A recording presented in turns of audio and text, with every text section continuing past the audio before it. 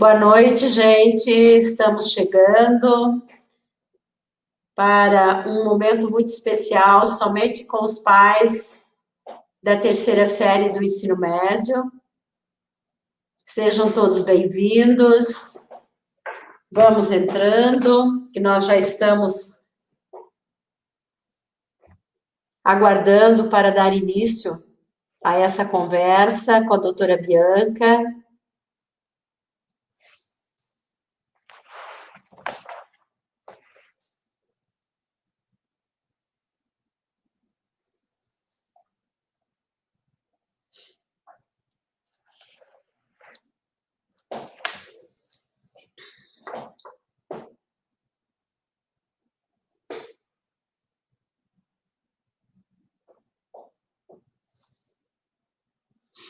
Vamos aguardar mais uns 3 minutinhos e já vamos dar início.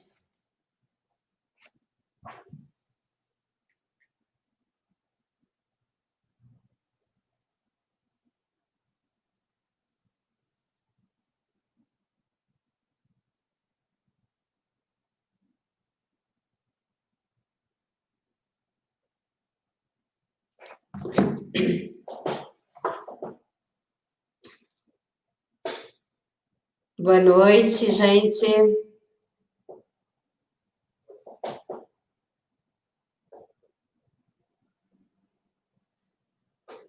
Sejam bem-vindos. Nós temos ainda um pequeno grupo, mas daqui a pouquinho nós já vamos dar início, porque também temos horário. Aqueles que chegarem atrasados poderão estar assistindo depois, que essa live vai ficar gravada.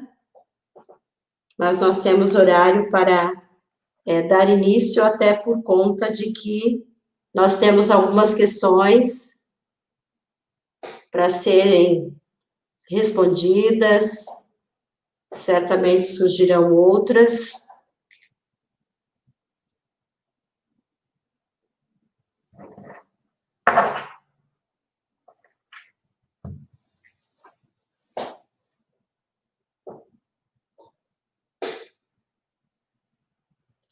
Então, nós vamos dar início, 3 minutinhos já se passaram, nós vamos dar início nesta noite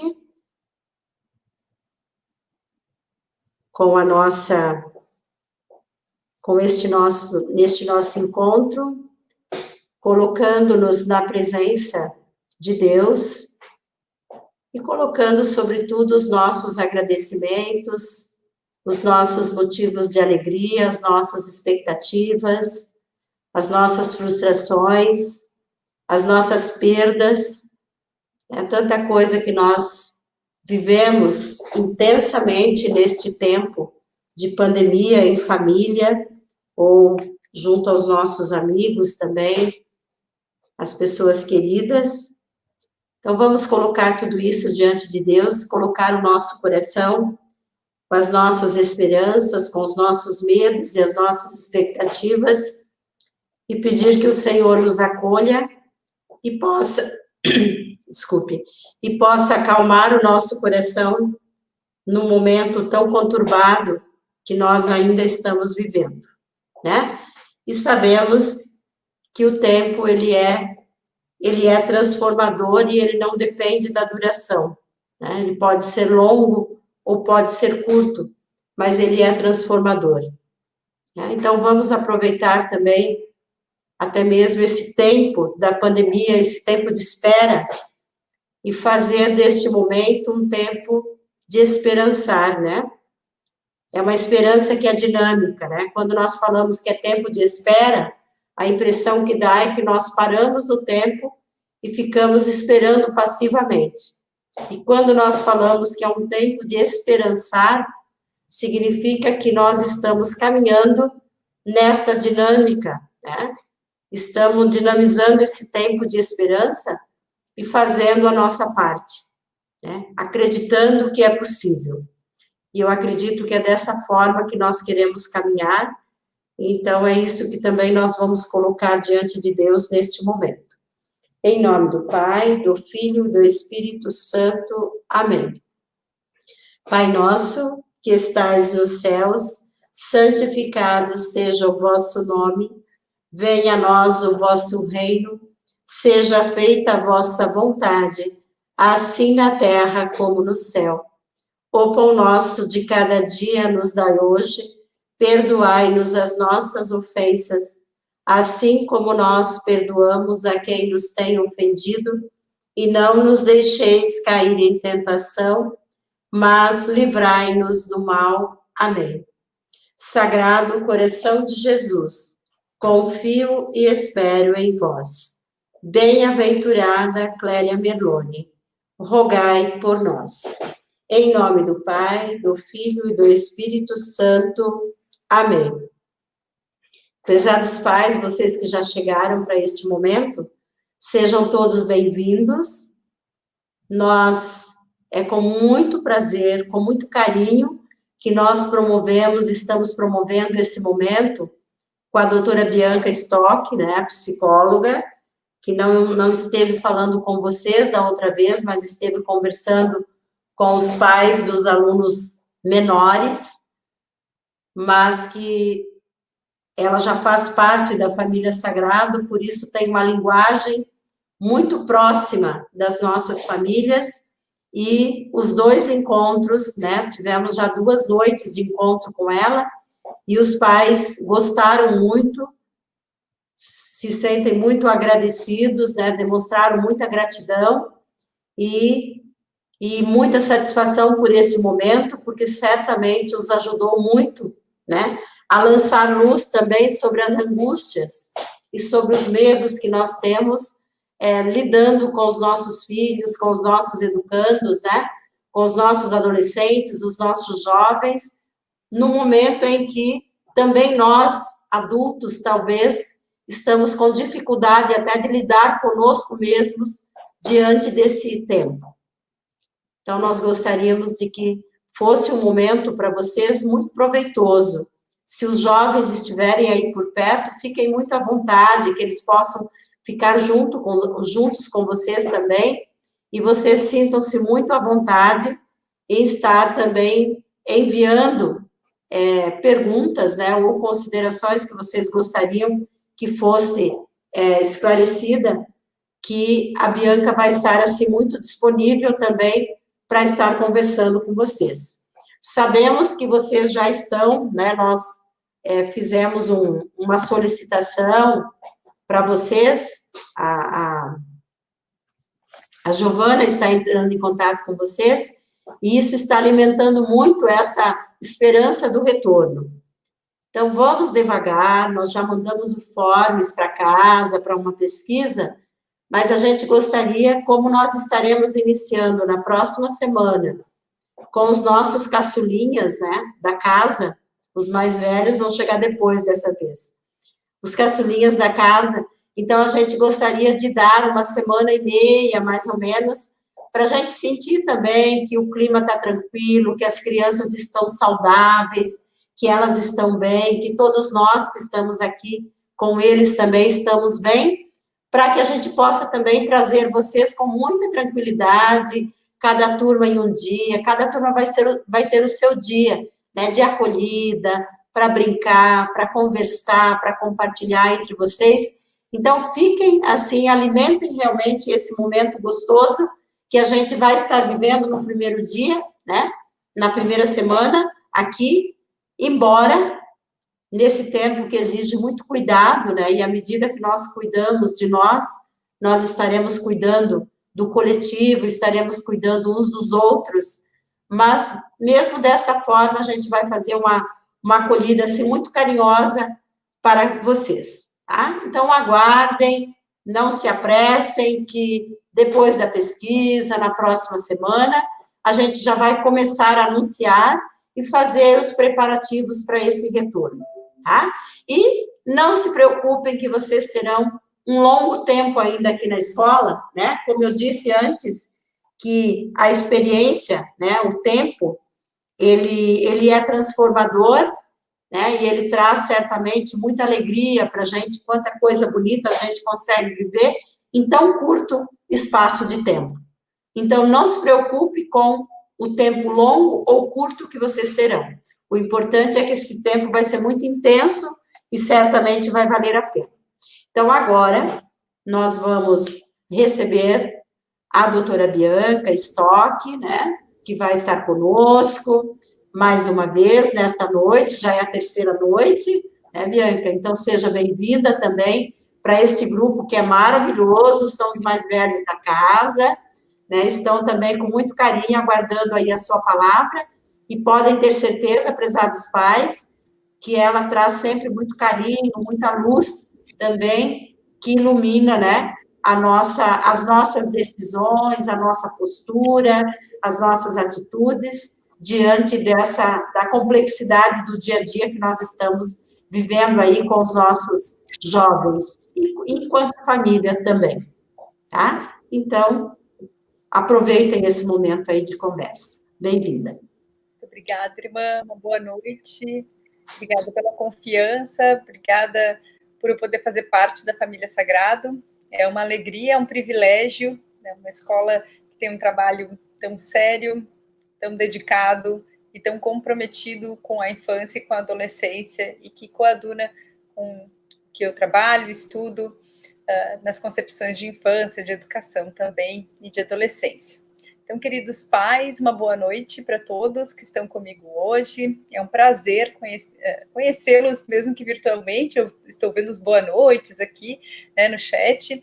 Hoje, a ideia da conversa é uma conversa um pouco diferente, que a gente possa fazer de uma certa forma interativa. Os pais enviaram previamente considerações, reflexões, perguntas, as quais eu vou tentar abordar, refletir com vocês e lançar algumas luzes para pensarmos a saúde mental e a integração psíquica e tudo o que envolve isso no desempenho acadêmico de uma faixa etária tão delicada e tão importante como é essa de fechamento da educação básica, né, os nossos queridos alunos do terceirão.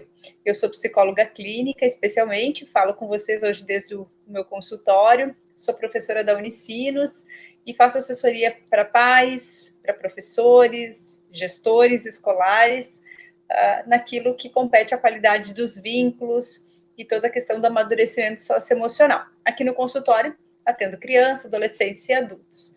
E, coincidentemente, né, alguns adolescentes de terceiro ano, especialmente, então, com processos absolutamente diferentes de vivência dessa quarentena, e me toca ainda mais poder conversar com vocês hoje, porque eu também sou mãe de uma menina de terceirão, que está no terceirão da escola, vivendo essa quarentena dentro de casa. Então, esses papéis é impossível de não se né, conversarem, de ter intersecções, tanto da Bianca psicóloga, consultora, mas da Bianca mãe de uma menina de terceirão também.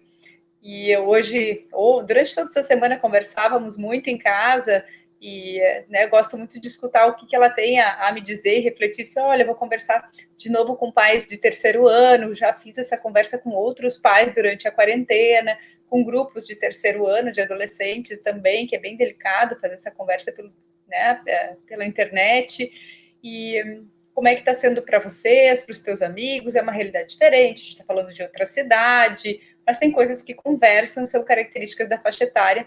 Quero poder pensar isso à luz da psicologia com vocês hoje, até porque eu sei que as preocupações são muito grandes, muito pertinentes e sérias nesse momento, porque o que eles viverem nesse ano de 2020, eles vão levar e vai marcar a vida e as escolhas deles por muito tempo, por muito tempo.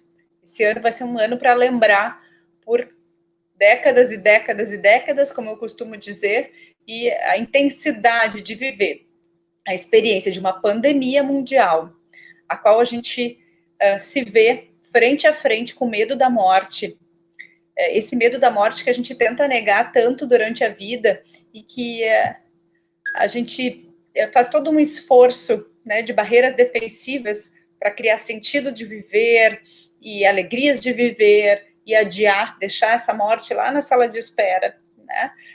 Mas agora a gente se vê frente a frente com ela e se deparar com esse contexto global tão delicado, no momento que eu estou fazendo um grande passo né, para escolhas de vida adulta, por mais adolescentes e jovens que eles sejam, não são adultos ainda, mas envolve comprometimentos, sonhos, projetos de vida adulta no terceiro ano, que é muito específico e muito característico dessa faixa etária. Eu trabalhei muitos anos em escola, especialmente com o ensino médio, então gosto muito de trabalhar com essa gurizada, mas entendo a delicadeza disso. É muito diferente viver isso ao terceiro ano do que viver quando eu sou uma criança de 5 anos e tem um mundo simbólico se construindo, quando eu sou um adulto de 40 anos, de 50 anos, que entendo a passagem do tempo e a urgência do tempo de maneiras muito distintas do que o que é viver isso aos 18, aos 17, aos 19, com o que eu vim fazer no mundo? Qual é o meu papel no mundo? Qual é a contribuição que eu posso deixar para esse mundo? Quem eu sou? O que eu trago de bagagem, de né, transmissão familiar que me dá um lugar de pertencimento, que constitui as minhas raízes, a minha história, mas o que disso eu me diferencio e me torno singular, não apenas como uma continuidade da família, que é tão importante, mas nesse paradoxo de compor com os valores familiares, mas poder me diferenciar e ser alguém autêntico, ser alguém único, eu mesmo. Será que as pessoas gostam de mim? Será que elas me aceitam? Será que eu vou ter lugar nesse mundo do jeito que eu sou? E será que eu preciso me adaptar?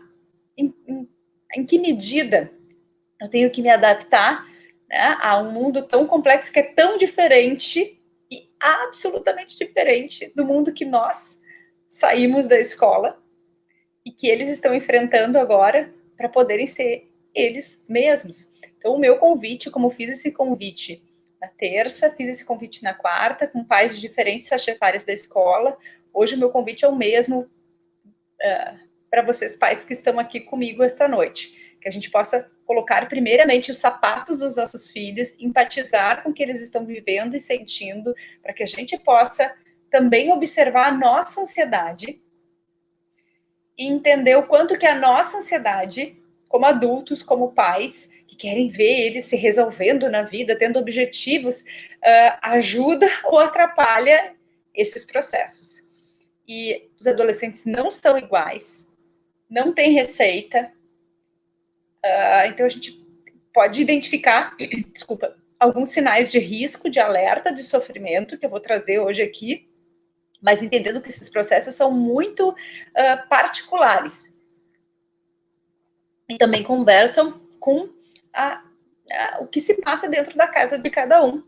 E os dramas e possibilidades da família nesse momento. Eu tenho 39 anos, tá? Quando eu terminei o ensino médio, eu não tinha e-mail. Fui fazer um e-mail quando eu entrei na faculdade de psicologia, um semestre depois de formada na escola. Cada pai e mãe aqui, seja os pais que, como eu, tiveram filho cedo, ou os que tiveram mais tarde, poderiam contar como era ser adolescente nesse terceirão, o que vocês viveram lá quando fecharam esse tempo da faculdade. Não importa se tem 10, 20 anos a mais que eu, ou menos, mas o que eu quero colocar é que é muito diferente ser adolescente nativo digital e não ser. Então, o mercado de trabalho mudou absolutamente. Os pais que estudam isso sabem do que eu estou falando. Então, a gente tinha algumas opções, né, de profissão quando fomos fazer os nossos vestibulares, ou quando a gente foi buscar e lutar pelo nosso lugar do mundo, pela nossas carreiras e nossa independência financeira, o que é muito diferente dessa faixa etária. E a abrangência de escolhas que eles têm em como constituir a sua vida no futuro, ao mesmo tempo que é muito interessante, ela é bastante angustiante, porque com tantas escolhas, como que eu não sei, né, o que eu desejo ser, ou será que isso que eu escolhi como profissão é realmente aquilo que eu vou me encontrar, os parâmetros também de realização na faixa, né, na fase adulta são diferentes. Essa geração tem um compromisso muito maior em ser feliz, em estar feliz, em se realizar, do que nós vivemos como gerações que tinham uma preocupação muito grande com uma estabilidade financeira, uma preocupação, às vezes, muito grande né, com certos posicionamentos também familiares e sociais. É claro que há um espectro gigantesco de multiplicidade nesse sentido, mas o que eu quero colocar é que a geração mudou e a gente tem que entender que as ansiedades que nós temos como pais, muitas vezes não conversa com o contexto em que os nossos filhos estão inseridos. E a gente precisa ter uma posição de escuta ativa muito clara e muito atenta para realmente conseguir escutá-los e fazer uma comunicação assertiva em que eles se sintam compreendidos, em que eles se sintam respeitados no seu ponto de vista, nos seus sentimentos e processos, porque é isso que possibilita que esse ouvido também deles se amplie e a gente possa trocar visões de mundo, de experiência, de cuidado, de responsabilidade. Quando eu leio as preocupações dos pais enviadas previamente, vem muito essa dor mesmo, da perda dos rituais de passagem e de fechamento que a escola proporciona no terceiro ano e são tão bonitos. Os recreios divertidos, os jogos escolares, as apresentações culturais, todos os projetos de né, escolhas profissionais e vocacionais, que essas palavras elas têm diferença e são importantes e são processos que conversam, mas são, né, cada um tem a sua especificidade. Tudo aquilo que a escola ofereceria, eles viveriam nesse grupo, juntar o dinheirinho para a formatura, né, fechar isso com os colegas, celebrar a sua história dentro da escola. Todas essas vivências tão marcantes foram suprimidas.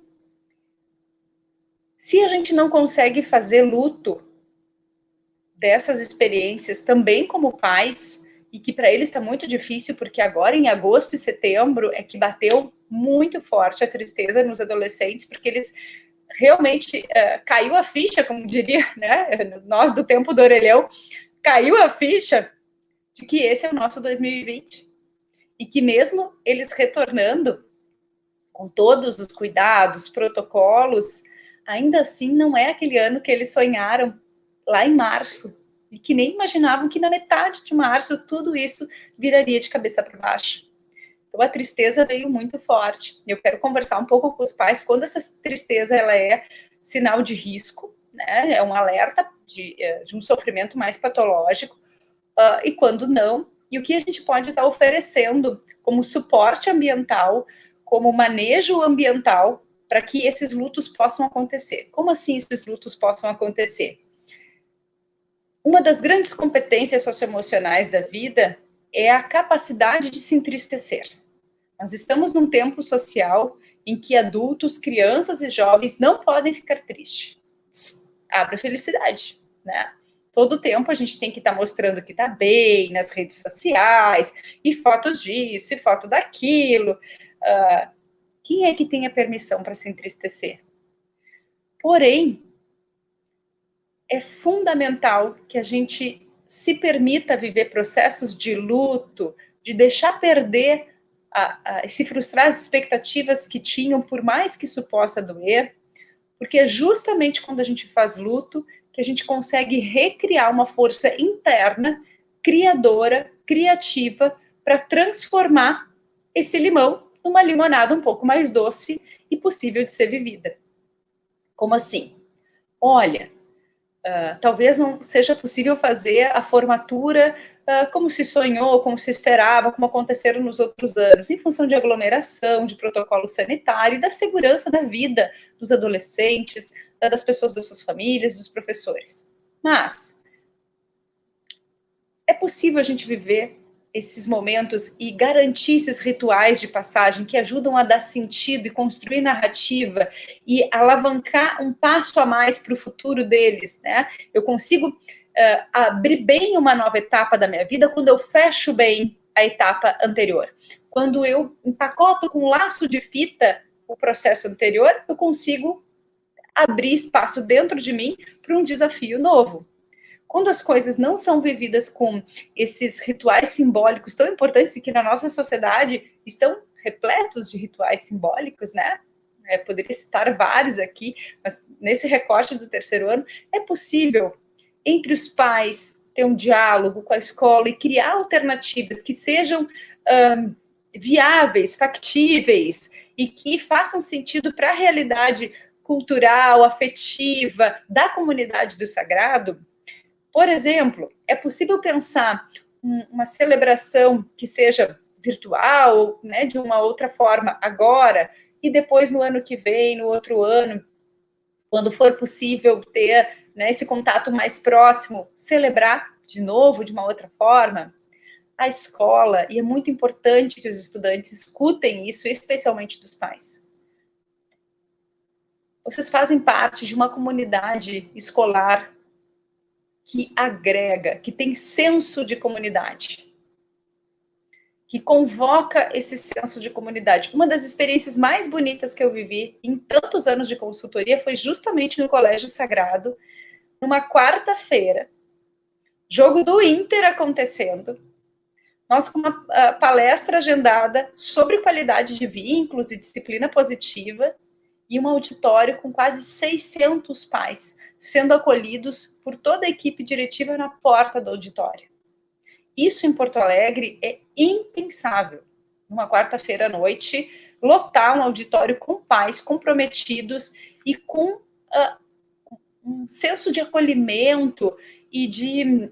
as pessoas estavam confortáveis, estavam se sentindo bem naquele espaço, né? Mesmo um ginásio grande, uma noite mais fria.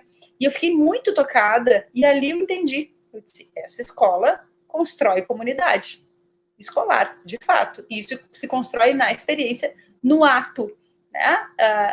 Aí, a escola me convida para fazer esse momento com vocês e me conta que teve uma experiência, né, há poucos dias atrás, de fazer visitas ao terceirão nas suas casas, para ver os estudantes, né, para fazer uma troca ali de carinho, de afeto, para dizer, vocês importam.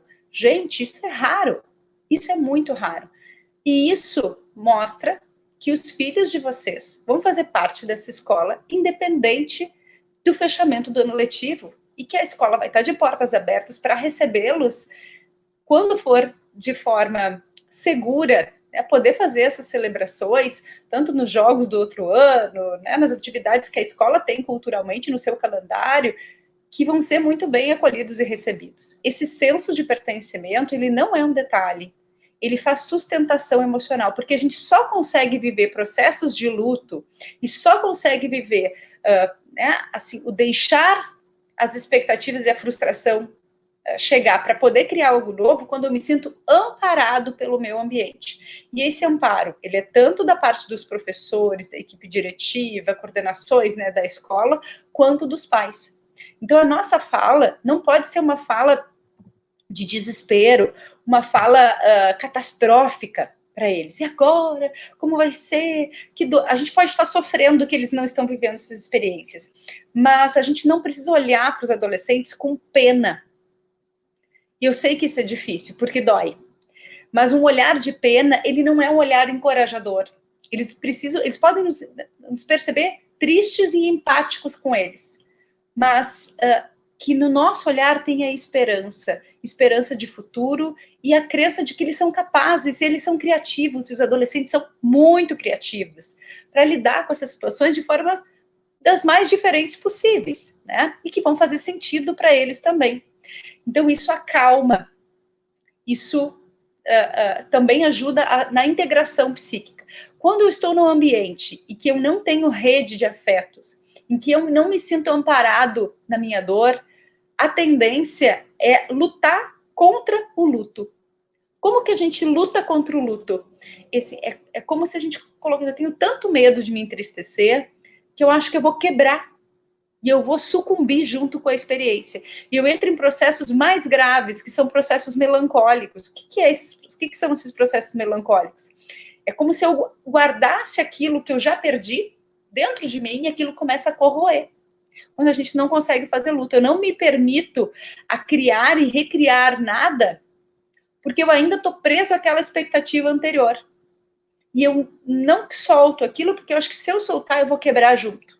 E justamente isso acontece quando a gente não se sente amparado no seio familiar ou nas nossas redes de afeto. Então, esse convite, pais, é que a gente possa se fortalecer, né, como rede de pais, como um espaço entre adultos que possam se mostrar inteiros, com esperança, acolhedores, validando esses sentimentos de tristeza, de apatia, de desmotivação que muitas vezes eles apresentam, mas entendendo que nessa validação a gente convoca eles a, então, o que é possível dentro disso? E nem a gente precisa fazer essa pergunta. Essa pergunta ela nem precisa estar na nossa palavra, na nossa comunicação. Só o fato de dizer, vai ficar tudo bem. E esse ano, mesmo desta forma tão atípica e dura, ele é um ano que vale a pena ser vivido. É muito importante que a gente expresse gratidão pela abnegação, né, e todo o esforço que esses adolescentes estão fazendo, cada um ao seu modo, para garantir o isolamento social, porque se tem alguém, né, que teria muitos motivos para estar furando quarentena nesse momento, mesmo que seja paradoxal isso que eu estou trazendo, seriam os adolescentes. E é o momento dos ensaios de sexualidade, os ensaios de independência, os ensaios de reflexão, de participação social, maravilhosos que se fazem nessa faixa etária, né, e que são tão caros para o desenvolvimento do caráter, da identidade pessoal, e eles estão respeitando. Com pouquíssimas exceções, os adolescentes levam muito a sério o isolamento social, eles levam muito a sério esse compromisso social, e a gente precisa dizer para eles que eles estão contribuindo socialmente, que o fato deles estarem não vivendo tudo aquilo que eles, né, sonharam tanto em viver no terceiro ano, não é a troco de nada, não é por nada, que eles estão fazendo uma participação social que impacta globalmente, impacta não só nas pessoas que a gente ama e que são da nossa família, de grupo de risco, e que a gente tem medo de perder, que a gente tem medo de contaminar, mas impacta a sua comunidade como cidade, impacta, né, o seu estado, impacta um país.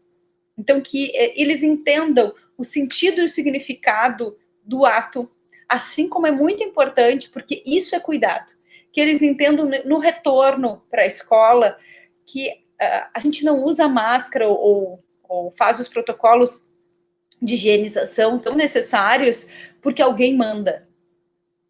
Não é por isso que a gente faz porque o que eu faço reverbera no todo. E adolescente precisa e tem prazer em fazer parte de causas, de visões de mundo, porque pertencer a algo é fundamental nessa faixa etária. A gente se preocupa muito com o adolescente que não tem desejo de pertencer a nada, a nenhum grupo social, porque a adolescência saudável ela é vivida em grupo, que não tem desejo por nenhuma causa, por nenhum propósito, porque os propósitos de vida, e eles são, né, são as reflexões que vão sustentar as escolhas profissionais posteriormente, é o que vão fazer diferença nesse momento. É esse vínculo, esse laço de solidariedade entre os professores e os estudantes, que tem uma relação muito singular no terceiro ano, uma relação que já se aproxima, que mantém uma relação de professor e estudante, é uma relação entre adultos e adolescentes, mas ela tem uma amizade pedagógica mais madura, mais reflexiva, mais acolhedora. Então, é muito gostoso ser professor e trabalhar com os terceiros anos, porque as identificações, os assuntos, a profundidade dos debates já é diferente, né? E os estudantes também sentem isso e querem esse professor referência, mas que ele já não é tão idealizado, ele é mais humano, ele é visto de uma maneira mais humanizada pelos estudantes também, né? A grande preocupação que aparece também nas falas que os pais trouxeram, depois talvez eu leia algumas, e o conteúdo? E o conteúdo para o Enem, para o vestibular da URGS, que eles estão perdendo? Pais, se tem alguém preocupado com isso, são os vestibulandos. Então, muito cuidado para aqueles adolescentes, porque tem os adolescentes que resolveram, né, o jeitinho deles poderem lidar com essa situação é negar completamente a realidade, muitos mergulhando nos jogos eletrônicos, eu vou falar um pouquinho sobre isso, ou numa desmotivação muito grande, especialmente aqueles que ainda não se encontraram numa possibilidade de futuro. Esses eu já vou abordar. Quero abordar agora os adolescentes que já estão um pouco mais focados para o vestibular, né, que têm essa ansiedade de poder ter um bom desempenho nos exames. Se tem alguém preocupado com isso, são eles. Então, muito cuidado para a gente não ampliar o estresse e não ampliar a angústia quando a gente precisa ser a calma quando eles são o furacão. É fundamental a gente entender que os adolescentes que vão prestar vestibular, Enem, os próximos exames, também estão vivendo uma pandemia. Não é só o teu filho, não é só o filho do outro pai, da outra mãe, todos estão nessa situação. E ainda num país extremamente desigual, que as oportunidades não são iguais, e que isso é muito trágico, né? Porque tem adolescentes em situações muito mais complicadas. E a gente ter essa visão global de solidariedade é fundamental também, porque isso traz uma responsabilidade cidadã para os nossos filhos, que precisa ser discutida dentro dos nossos lares. Mas nesse recorte de uma escola particular, né, que tem todo um aporte, que manteve todo o compromisso pedagógico, educativo, de vínculo, e naquilo que foi possível constituir de aprendizagem, a gente precisa entender e lidar com a verdade da situação. Não é adequado para nenhum adolescente ter tanto tempo de aula remota nesses termos. Todas as escolas sabem disso, todos os professores, todos os pais, e a gente não precisa fantasiar ou florir uma situação para que ela seja mais palatável. Não precisa, a gente pode lidar com a verdade das situações.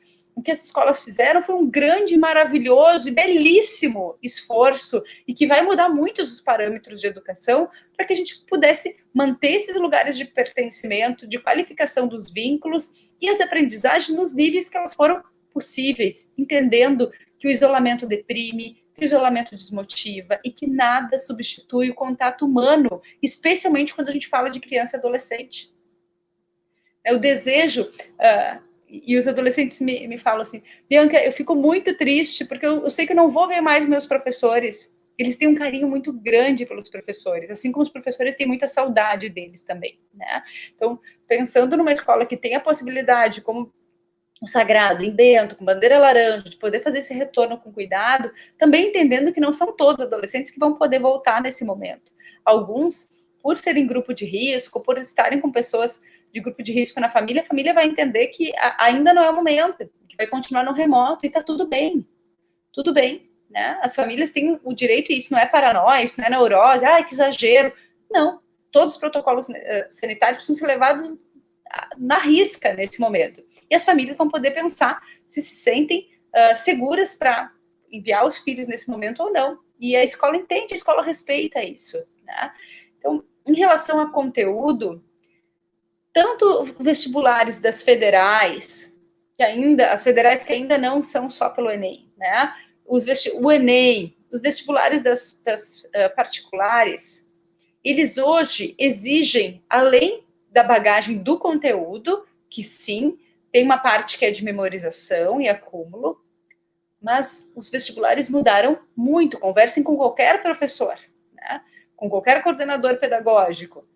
Precisa hoje muito mais habilidade de interpretação, de análise, de proposição, de resolução de problemas, habilidades de vida que esses exames contemplam, né? E toda a base nacional comum curricular que trabalha a partir de habilidades e competências, os conteúdos estão a serviço dessas habilidades e competências e que elas também refletem nos exames. Então, não adianta uma angústia, pais, porque perdeu o conteúdo. Não é só o conteúdo que garante a aprovação nos exames, mas é a leitura de mundo, uma boa redação, que é essencial para qualquer aprovação no vestibular.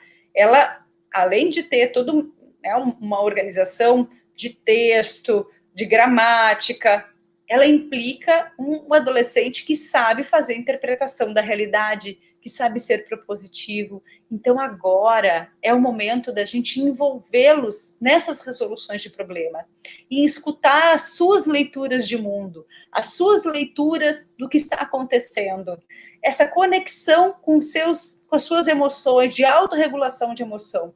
Quantos adolescentes que eu já trabalhei em escola, atendendo no consultório, que chegam para mim com olha, eu domino o conteúdo, mas chega na hora da prova, eu travo, me dá branco, eu fico com crise de ansiedade. Muitos.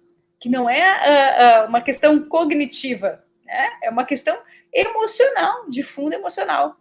E quantos adolescentes que têm um bom desempenho no vestibular porque conseguiram se manter calmos e fazer boas leituras das provas, dos exames, às vezes nem com todo o domínio de conteúdo, mas que conseguem fazer uma análise mais global desses exames. Então, tudo isso precisa ser considerado.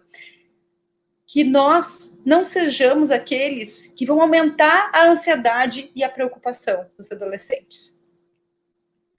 Para além de vestibular, para além de exames, que são importantes, que são passos fundamentais, né, para os sonhos que eles têm. Eles estão num processo delicadíssimo, que é de desejar crescer. O que alguns adolescentes têm apresentado de sintoma? Um boicote inconsciente ao terceiro ano.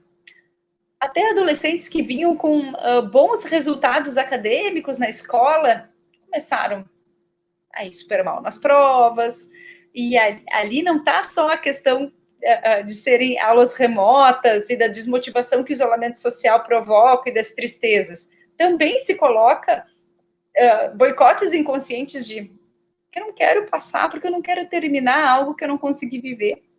Está muito difícil de recriar, está muito difícil de lidar com essa dor. Então, é quase que um reprovar, mesmo que conscientemente eles não queiram, mas né, inconscientemente eu prefiro até reprovar. Dá para cancelar esse ano, fazer de conta que ele não aconteceu e a gente viver tudo isso de novo? Ninguém vai me acordar e dizer que isso é um pesadelo, que isso é um sonho. Então, tem adolescentes que também estão fazendo esses boicotes porque têm medo de sair da escola, porque a escola é um lugar de acolhimento, é o lugar de conforto que eles conhecem, é o lugar onde eles se constituíram. E o mundo lá fora, vamos combinar, está bastante assustador. Então, também essa invasão de informações negativas e que a gente não precisa entrar num processo de negação da realidade, dos dados de realidade, não é isso. Mas também a gente precisa mostrar para os nossos filhos que ser adulto não é só preocupação, não é só angústia para pagar boleto, reclamar do casamento e se queixar do trabalho. Eu estou exagerando aqui, mas eles também precisam ver em nós, adultos, que têm um prazer de viver, que contemplam as preocupações, as angústias, mas com uma vida interessante, uma vida que vale a pena ser vivida. Uma vida digna, no sentido de que a gente dignifica né, o privilégio de estar vivo. A vida não vai começar quando a quarentena terminar. Como eu costumo dizer, a quarentena não pode ser a sala de espera da vida, que a gente fica se ocupando para ver se passa rápido. A vida é agora, do jeito que a gente está, com as condições que a gente tem. Né? É dessa forma. Como vai ser no ano que vem, eu não sei. Vocês também não sabem. Mas o que a gente tem é o presente. Ponto. E a gente pode construir e qualificar os vínculos familiares, especialmente, porque nada nesse momento é mais importante do que o vínculo familiar. Nós estamos falando de um isolamento social de mais de 6 meses. Então, e que a gente não tem ainda controle de quanto tempo precisaremos e como as coisas vão prosseguir daqui para frente, né? A gente tem algumas previsões, mas não tem garantias. Então, nada nesse momento é mais prioritário do que a qualidade do vínculo familiar. E como que a gente constrói esse vínculo familiar, né? Primeiro, percebendo os filhos. É um tempo de qualidade com eles. Mas a vida está corrida, o home office está angustiante, a gente perdeu renda. Sim, tudo isso. Mas a gente pode escolher. Também nós, adultos, fomos pegos pelo vício pelas redes sociais, pelo telefone, pelo WhatsApp que não para, os e-mails sempre atrasados.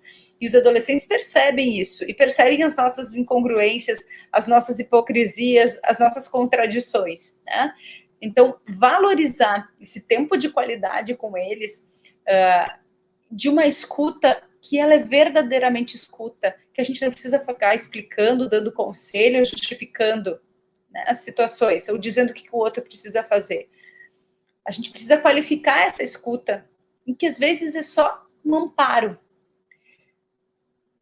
Perceber os filhos é também entender que nesse momento todos os nossos estágios de desenvolvimento socioemocionais, eles estão um pouco caóticos e conturbados.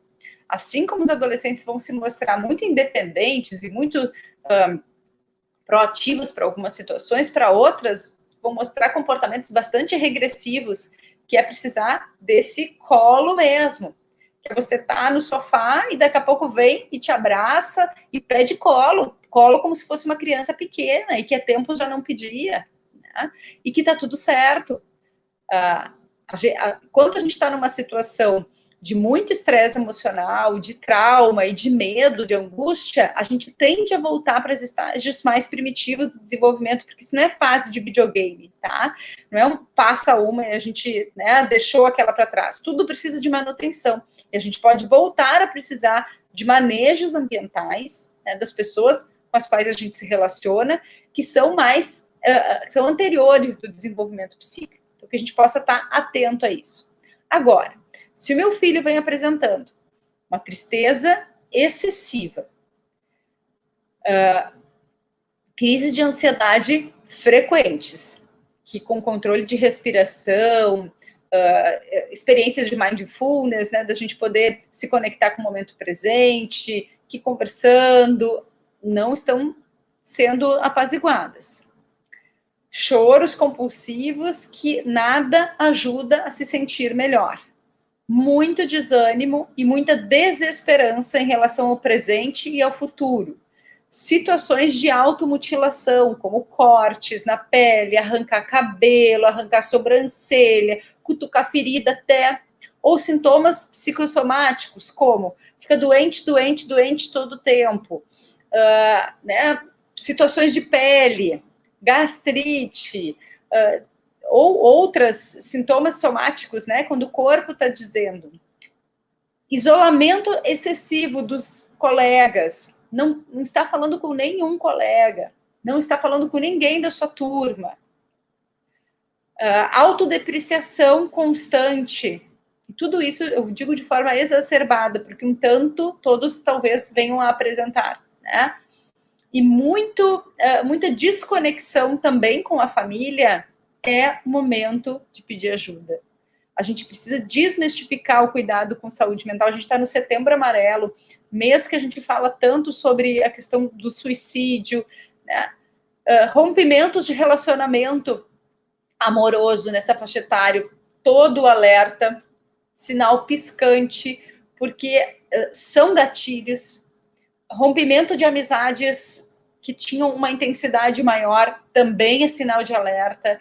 Então, que a gente não fique sempre em superproteção, mas que a gente possa olhar para isso e entender. Às vezes, a gente precisa avaliar com um profissional, né, de saúde mental para entender se aquilo ali está escorregando para algo mais sério ou se a gente consegue, talvez, às vezes, só trocando uma ideia com o profissional, ou mesmo com a escola, com a orientação educacional da escola, olhar diferente, manejar diferente, porque muitos dos comportamentos dos filhos mudam na medida em que a gente muda o nosso comportamento. E não só quando a gente espera que eles mudem o comportamento, né? Excesso de jogos eletrônicos, uma grande preocupação. Tem adolescentes que simplesmente entraram em suspensão de vida. Não estão criando memória nenhuma deste ano. O que é gravíssimo para a saúde mental, porque eu fico só como espectador da vida e não como autor dessa vida. Jogos que provocam dependência, comprovado cientificamente, a gente tem, né, um monte de pesquisas nessa área. Dependência à pornografia, algo que a gente precisa sim quebrar esse tabu e falar nessa faixa etária, distorções sobre o que é um desenvolvimento da sexualidade respeitosa, saudável, né, que integra, que olha para o outro como um ser não objetificado, mas um ser que deseja, que precisa, né, de relações simétricas. Então, precisa de um monitoramento da família e a gente desmistificar todas essas questões de saúde mental, porque precisa ser cuidar da saúde mental é como cuidar dos dentes. É cuidado diário e de vez em quando a gente precisa, sim, ter aportes com pessoas que pesquisam, que estudam nessas áreas. E vocês, em Bento Gonçalves, têm excelentes profissionais, ou mesmo na escola, para poder trocar uma ideia sobre essas questões, né? Muito cuidado às dependências a jogos eletrônicos, é sinal de alerta, é pedido de ajuda, né, mecanismos de defesa e que entram também de forma engolfante com uma indústria que se aproveita muitas vezes da fragilidade desse momento da pandemia e dos pais que têm dificuldade também de poderem estar mais presentes junto com os filhos, especialmente pelas demandas de trabalho, e que muitas compras dentro do app, né, dos jogos, não dá para desligar, porque senão eu perco a fase que eu estava. Não é no sentido de ir contra os jogos, a gente não pode pensar de maneira binária, né, ou isso ou aquilo. Problemas complexos exigem reflexões complexas. Tem vários games bárbaros, tem profissão de desenvolvedor de jogos que é maravilhosa, né, jogos educativos e jogos interessantes para essa faixa etária. Porém, quando eu fico monotemático, eu só falo de jogos e entro quase que, né, numa imersão que eu perco o contato com a vida real, é preocupante. Eu tenho pais adultos no consultório que me falam, Bianca, eu tenho uma questão quase fóbica, né, com os jogos, porque eu sei como adulto, esclarecido, né, profissionalmente bem-sucedido, que se eu começar a jogar, eu desconecto da família. E a gente tem muitos adultos viciados nesse momento em jogos eletrônicos, porque o contexto também favorece isso. Favorece tá muito difícil de viver esse ano. Então a gente prefere nem jogar, né? Nem olhar. Tem toda a questão do controle de impulsos, de sexualidade, que se coloca ali também. Se relacionar com pessoas reais, interagir com pessoas reais, não é simples. É difícil. A gente erra, a gente acerta, a gente fala uma coisa, o outro entende de outro jeito, dá medo, dá insegurança. Muitos adolescentes não querem ligar a câmera, microfone, porque tem vergonha, o que é totalmente natural nessa idade. Tem vergonha. Eu acabei de acordar, tô com o cabelo escabelado, né? Hoje estou me sentindo feio. Todas as questões de autoimagem, de aparência, que são tão sérias nessa faixa etária. Não é simples. Para os adultos não é simples ligar um vídeo. Para eles é muito mais complicado. E muitas vezes não é só preguiça, a gente não pode ter uma interpretação rasa e superficial das situações. Tudo a gente interpreta como preguiça deles? Não. Muitas vezes tem um sofrimento implicado que nem eles mesmos conseguem colocar em palavras, nem eles mesmos reconhecem. Então, mas também vale muito a pena investir em literatura, em livros, bons livros que trabalham sobre essa faixa etária, para se conectar um pouquinho mais com o que eles trazem de demanda e de preocupação. Vamos ver um pouquinho se veio alguma pergunta aqui.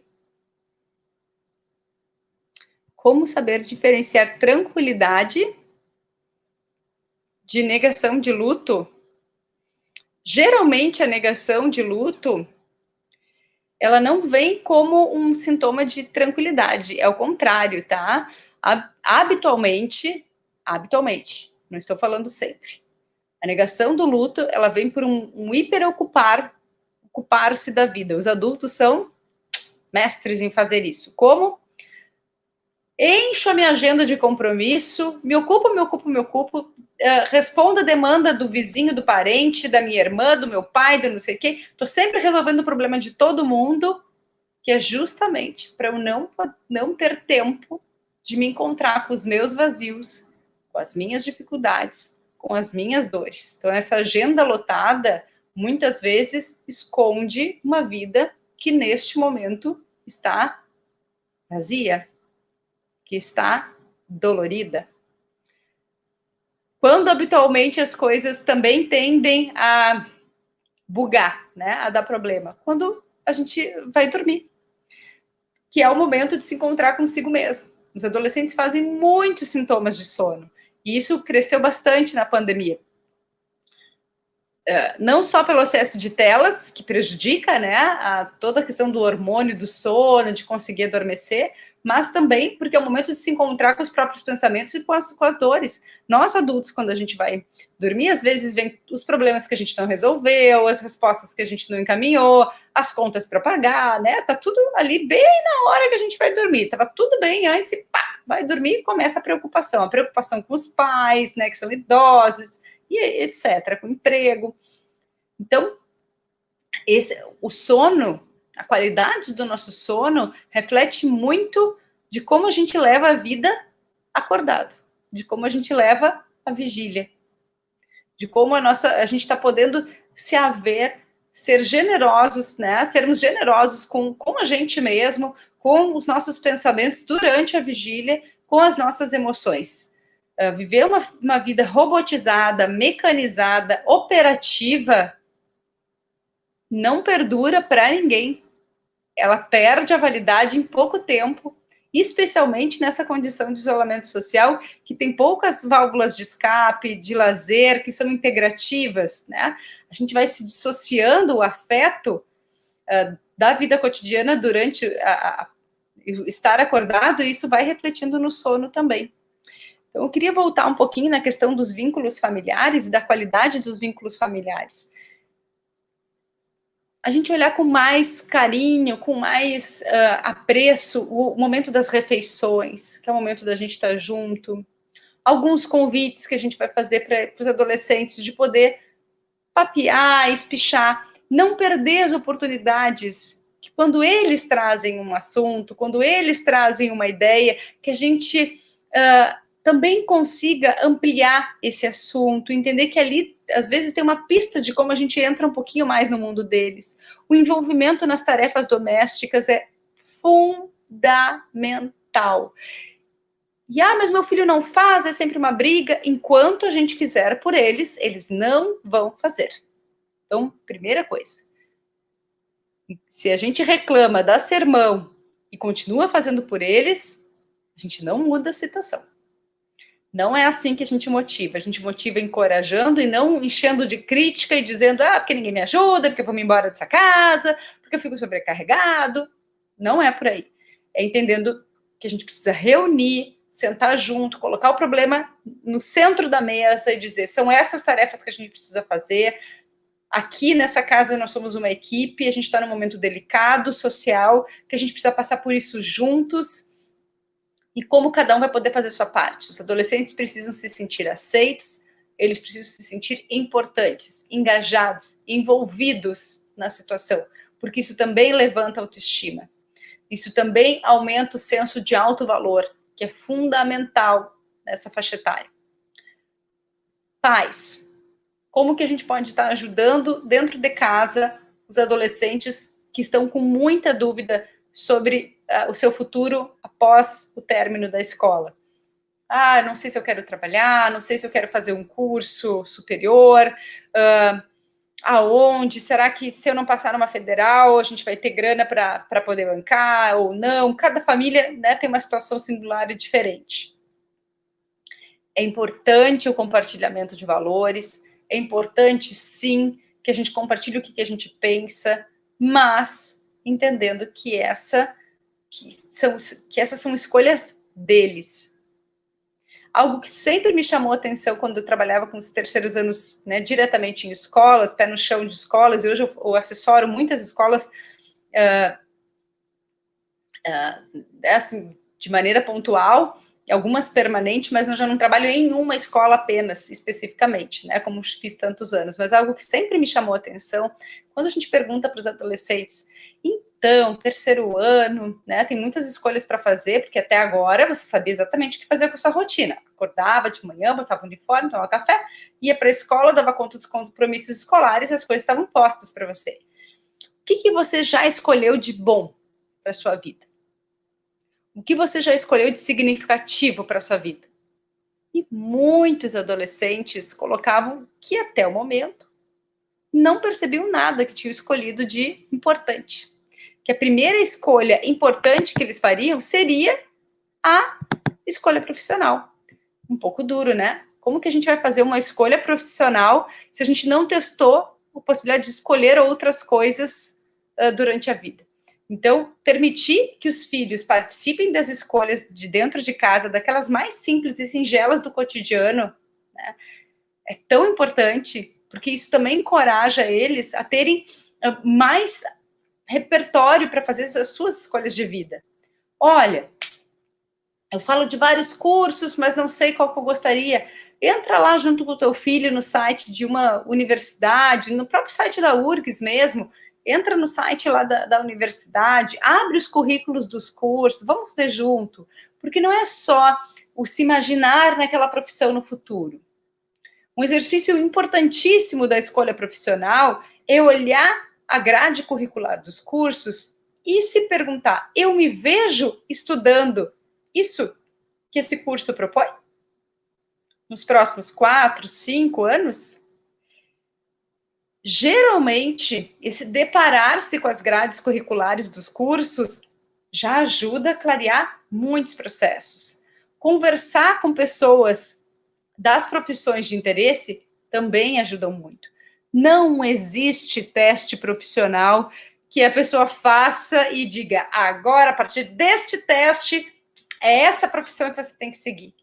Com a gama de profissões que a gente tem hoje, não existe quem trabalha seriamente com orientação vocacional e testes profissionais sabe que todas essas testagens psicológicas que passaram por validações, que são feitas de maneira responsável e sérias, elas fazem parte de um processo e que elas ajudam o adolescente a descobrir os seus desejos, as suas intenções, né, os seus interesses especialmente, clarear interesses, para que, então, essa escolha, que não é o teste que vai escolher, é o adolescente que faz, tem que sustentar essa escolha, e uma escolha, ela nunca é 100% de garantia.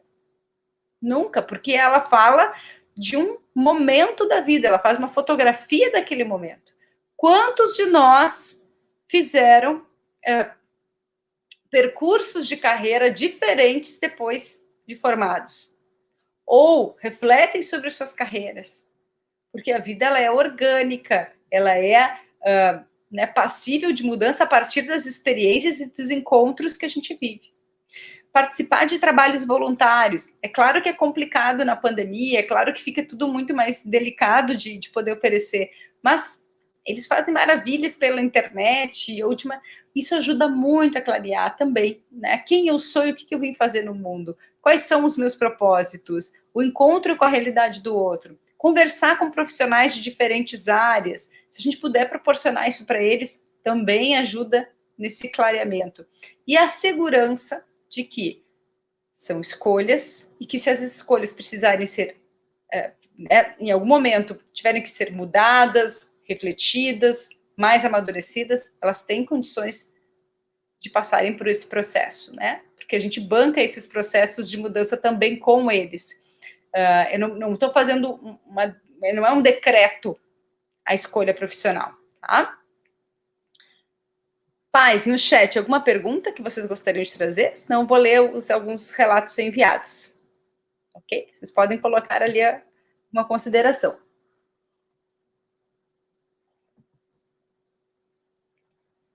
Vamos ver aqui.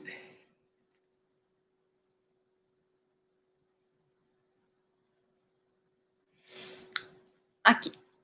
As incertezas da idade, somadas a tudo isso que estamos passando, geram muitas dúvidas, questionamentos e também inseguranças. É difícil verbalizar tudo o que eles estão passando. Meu filho continua assistindo todas as aulas, estuda, mas a motivação inicial não é a mesma. Ele mesmo diz que se sente cansado, estressado com tudo isso. Argumento sempre que são fases de crise que as pessoas positivas mostram o seu diferencial. É mundial e não temos muito o que fazer.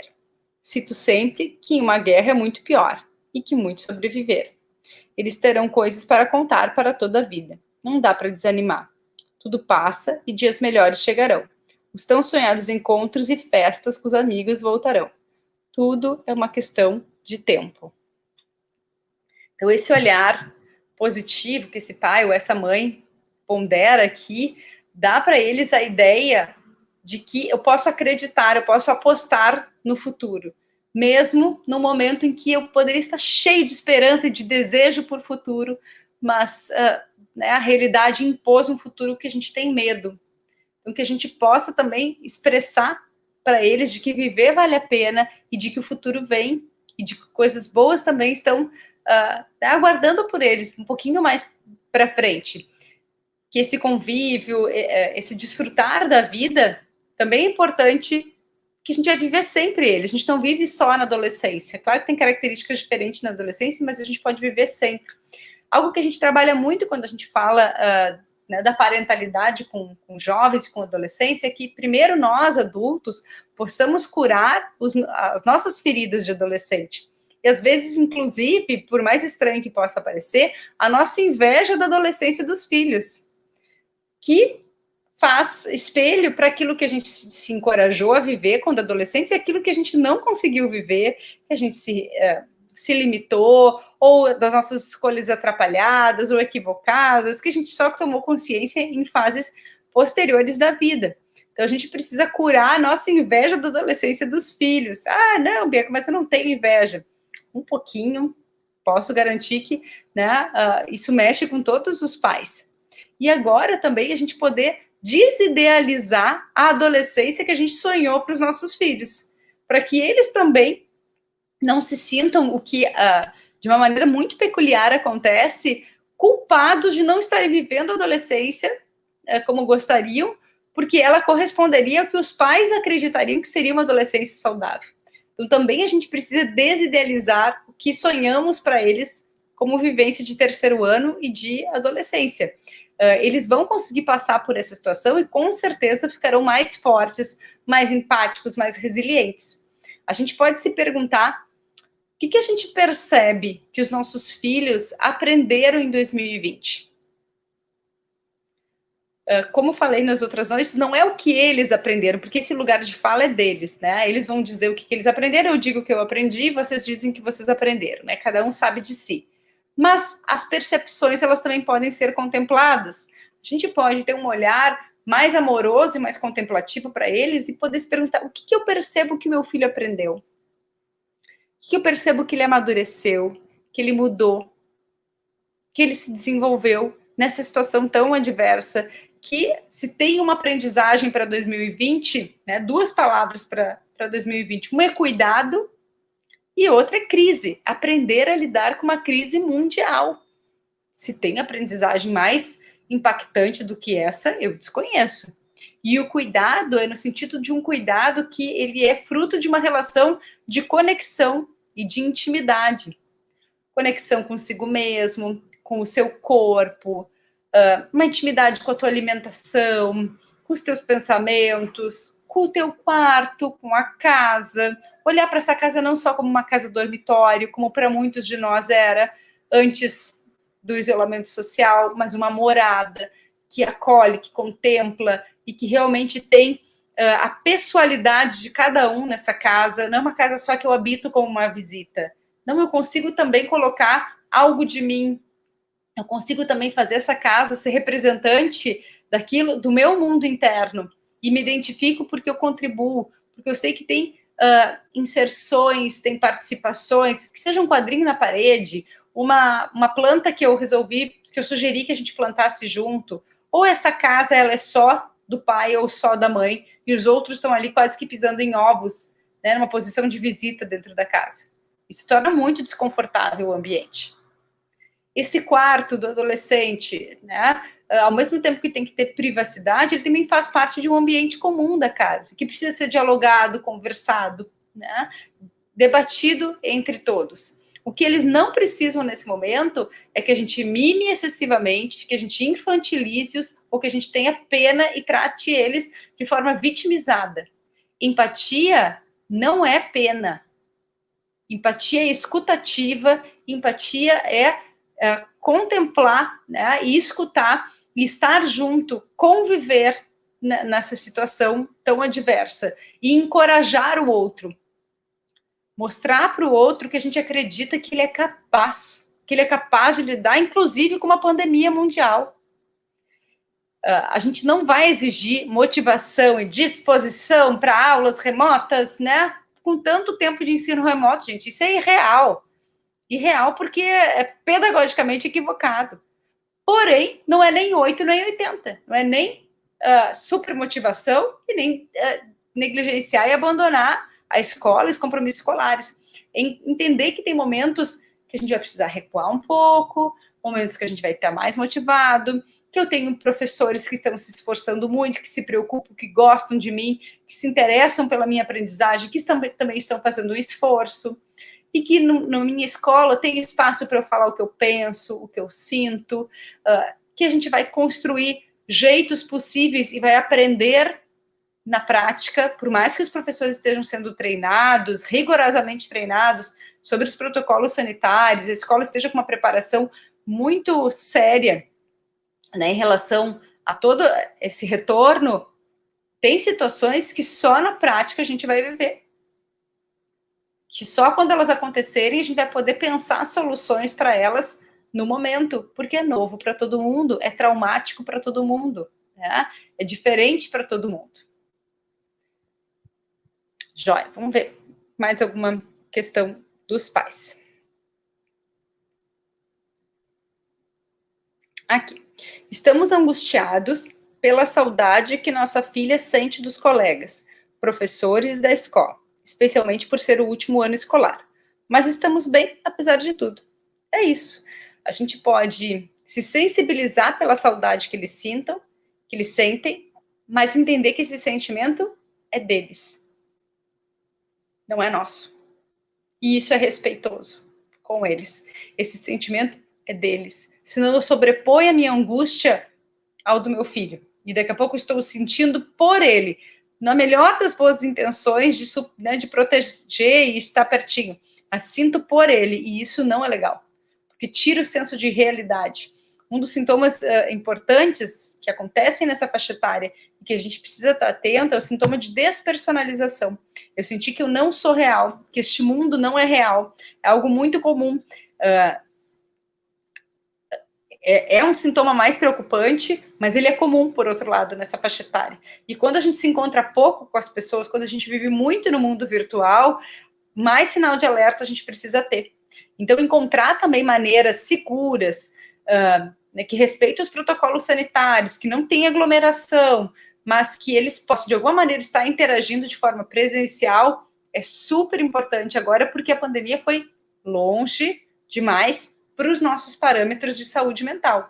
Eu não estou incentivando de maneira nenhuma a gente quebrar a quarentena ou diminuir, né, a seriedade dos protocolos sanitários. O que eu convido a gente a pensar é alternativas seguras de interação para uma faixa etária que precisa ser olhada com todo carinho e atenção. A gente precisa honrar a infância e a adolescência dos nossos filhos, né, que sejam pensantes, participativas, livres. Super importante, pais, incentivar que os adolescentes participem das eleições que tem nesse ano, independente de partido, de escolha política, porque isso é da reflexão de cada família, de cada adolescente, né? Por isso mesmo, estamos numa democracia, eles podem pensar junto, a gente pode discordar, opinar, pensar igual, pensar diferente, mas incentivá-los com voz de esperança a pensarem sobre, a fazerem suas escolhas. O exercício da escolha, o exercício da participação impacta o desempenho acadêmico, impacta a segurança pessoal para outras escolhas de nível individual. Então, vão fazer 18 anos, né? Muitos deles já com 18 anos, toda a questão da maioridade, do voto, da direção. Então, incentivar para esses suportes de independência, que também, olha, vamos se antenar no que está acontecendo no mundo, o que a nossa família conversa dentro de casa, o que para nós são valores importantes, né? Cada família é um universo, esse universo precisa ser respeitado, precisa ser, né, olhado com carinho e com conversa, com diálogo. A família não precisa concordar em tudo. Né? Estamos em tempos de debates muito polarizados, que não são maduros, que não ajudam a gente a olhar de forma complexa para a realidade. Então, que a gente possa aprender e exercitar dentro de casa esse diálogo aberto. Muitas vezes adolescentes nos chocam, nos desacomodam das nossas ideias e das nossas perspectivas de mundo. Essa é a função da juventude, né? Quando éramos jovens e adolescentes, a gente também fez isso. Então, é a vez deles, né? O conflito de geração que a gente viveu com os pais, a gente vive com eles agora. E ele é maravilhoso, porque renova o mundo, renova a esperança do mundo. Então, que a gente também possa escutá-los e respeitá-los nos seus posicionamentos, porque com isso a gente modela para eles o respeito que a gente gostaria também e deseja e mantém dentro de casa com a gente mesmo. Muito bem, vamos ver se tem mais alguma outra questão. Vamos ver aqui dos pais.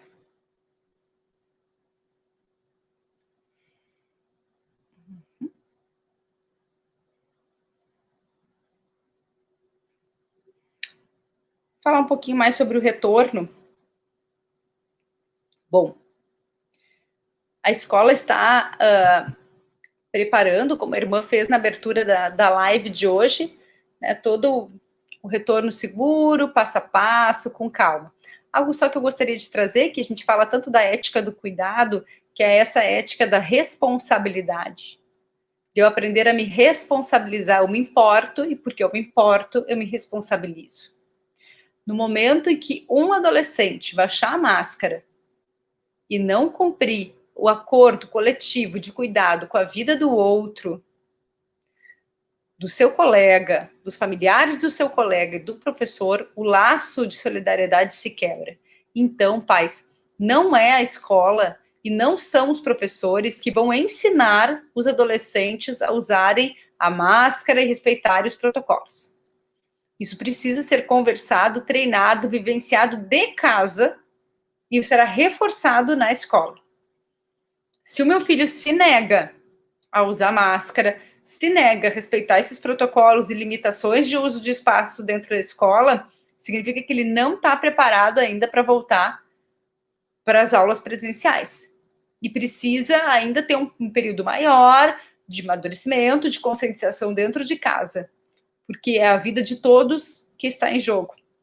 É o respeito, né, com a vida de todos que se coloca, funcionários, né, e todos aqueles que fazem parte da comunidade escolar. Então, também nessa chegada dos pais na escola, que a gente possa ser o exemplo para eles do que a gente acredita, né, e entende que a escola está colocando e se organizando para tanto. Teve um plano de contingência, teve, né, tem todo parâmetros sanitários, que são leis maiores que a escola precisa seguir e que precisam ser respeitadas. Então, assim como a gente tem regra para tudo na vida, a gente também vai ter regras nesse momento, por mais desconfortáveis que elas possam ser, né? Entendendo que, às vezes, uma agitação maior dentro de casa, uma tristeza maior também tem a ver com os movimentos de sexualidade nessa faixa etária, que a gente não pode deixar de lado. Né? É uma supressão de vivências de sexualidade muito difícil de serem vividas nesse tempo, por isso que muitas vezes a treta, a briga, a confusão nas redes sociais, ela tem uma importância maior do que a gente pode estar vendo com um olhar adulto sobre aquilo, porque também diz isso de se aproxima, se afasta, tenta, seduz, não dá certo, quebra a cara, volta, né?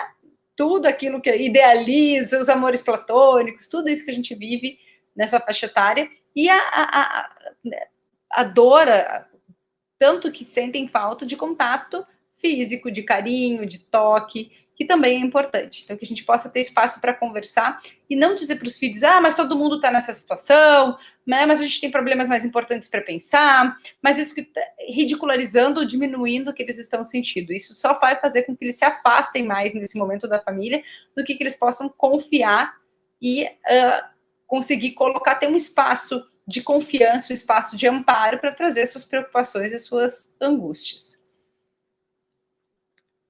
Bom,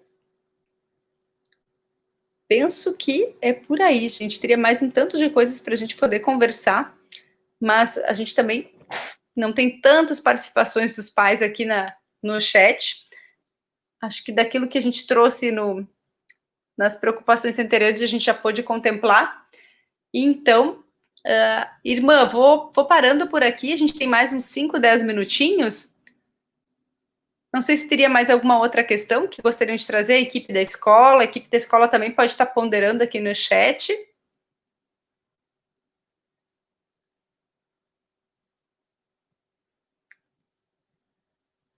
Isso?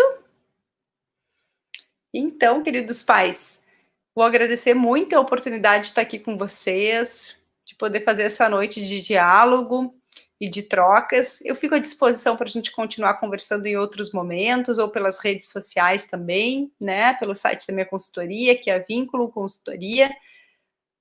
Conversem com a escola, abram o coração para a escola não tem como adivinhar o que está acontecendo dentro de cada casa, né? E o que se passa dentro da singularidade de cada família, precisa que seja uma comunicação aberta e intensa dos pais com a escola. A gente pode, né, na escuta dos adolescentes, porque é eles que precisam ser escutados, a gente pode construir alternativas de finalização de ciclos nesse momento da educação básica, que são tão importantes para eles, de retomadas de conteúdos para os exames, encontrar alternativas que a gente não tinha antes da pandemia. Tudo isso é possível desde que a gente aprimore o diálogo e aprimore a escuta com o diálogo, né? Escutando os filhos, as turmas e ajudando também a fazer essa comunicação com a família e com os orientadores, professores nesse período tão delicado, tá bem? Então, desejo que todos fiquem em paz, que fiquem bem, com saúde dentro de casa. Um abraço bem carinhoso. Muito obrigada.